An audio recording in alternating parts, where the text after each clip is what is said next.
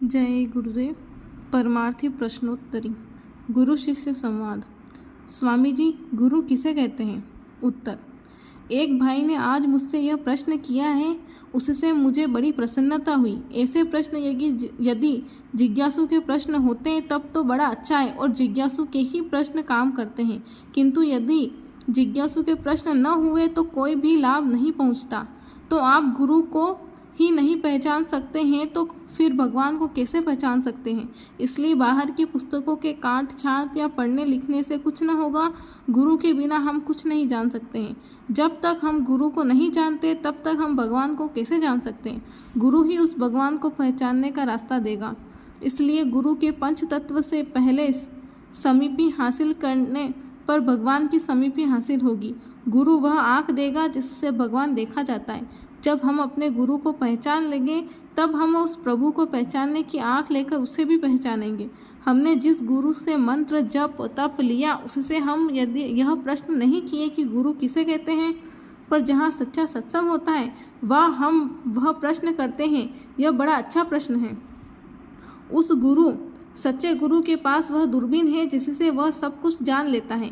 जो वह दूरबीन तुम्हें दे और उसी से उस प्रभु को भी देखें तो वह है गुरु, उसे ही गुरु कहते हैं। आपके पास जब तक वह दूरबीन नहीं है तब तक आप उस गुरु के पास जाए तो वह उसे प्राप्त करने की युक्ति बतलाएंगे।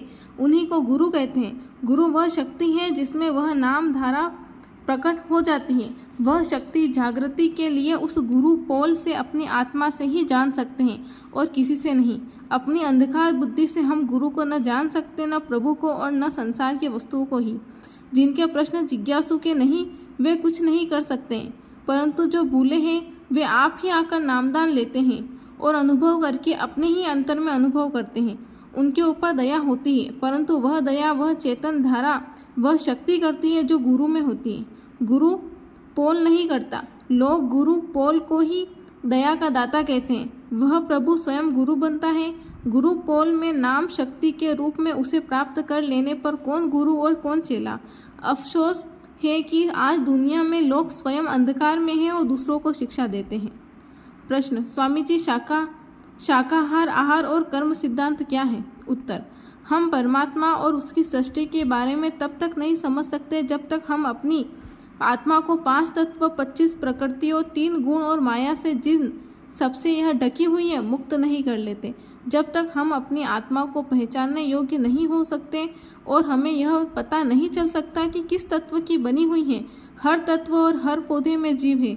यहाँ जीव का आहार करते हैं। सारा वायुमंडल जीवों से खचाखच भरा हुआ है। इस प्रकार हमारी दुनिया में सर्व जीव का विनाश कर रहा है। ऐसे में शांति नहीं मिल सकती। शांति मनुष्य के अंदर में है और उस रूहानियत में है जिसकी वह आत्मा बुंद है। इसलिए महात्माओं ने सोचा कि वे जब तक इस संसार की कैद में हैं तब तक वे ऐसा रास्ता अपनाएं जो सबसे कम हानिकारक हो और वे ऐसी खुराक ले जिसमें कम से कम पाप लगता हो। संसार के सारे जीवों को तत्वों के अनुसार 5 श्रेणियों में बांटा जा सकता है। पहली श्रेणी में मनुष्य है जिसमें 5 तत्व पूर्ण है। दूसरी श्रेणी में जानवर हैं जिनमें 4 तत्व हैं। उनमें सोचने समझने की शक्ति नहीं है क्योंकि उनमें आकाश तत्व गुप्त है। तीसरी उस शक्ति की है जिसमें 3 तत्व क्रियाशील है जैसे हवा, पानी और अग्नि। इसमें सब प्रकार के पक्षी आते हैं। उनमें आकाश और पृथ्वी तत्व नहीं के बराबर है।